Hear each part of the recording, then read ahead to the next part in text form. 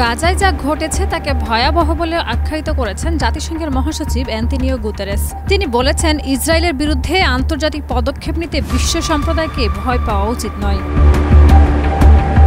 এএফপিকে দেওয়া এক সাক্ষাৎকারে গুতেরেস বলেন, আমার মহাসচিবের দায়িত্ব পালনকালে এমনকি হয়তো আমার সারা জীবনেও আমি কখনো এত ভয়াবহ মৃত্যু ও ধ্বংস দেখিনি। ফিলিস্তিনিদের দুর্দশা ভাষায় প্রকাশ করা যায় না। তারা দুর্ভিক্ষের মুখে, কার্যকর স্বাস্থ্য সেবার কোনো ব্যবস্থা নেই, আর বিশাল জনবহুল এলাকায় মানুষ বসবাস করছে পর্যাপ্ত আশ্রয় ছাড়াই। এদিকে চলতি সপ্তাহে 10টি দেশ ফিলিস্তিনকে রাষ্ট্র হিসেবে স্বীকৃতি দিতে যাচ্ছে, যা ইসরায়েলের তীব্র বিরোধিতার মুখে ঘটছে। আরও জানা গেছে, জাতিসংঘে ফিলিস্তিন রাষ্ট্রের স্বীকৃতি নিয়ে পশ্চিমা দেশগুলো এগোলে ইসরায়েল পশ্চিম তীর সংযুক্ত করার হুমকি দিয়েছে।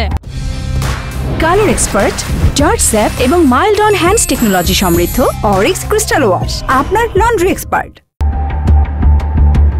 এই প্রেক্ষাপটে গুতেরেস বলেন, আমাদের প্রতিশোধের আশঙ্কায় চুপ করে থাকলে চলবে না। আমরা কিছু করি বা না করি এ ধরনের ঘটনা চলতেই থাকবে। অন্তত আন্তর্জাতিক সম্প্রদায়কে একত্র করে এ ধরনের সহিংসতা বন্ধে চাপ সৃষ্টি করা আমাদের দায়িত্ব। শাহিদা রুবি, মাই টিভি।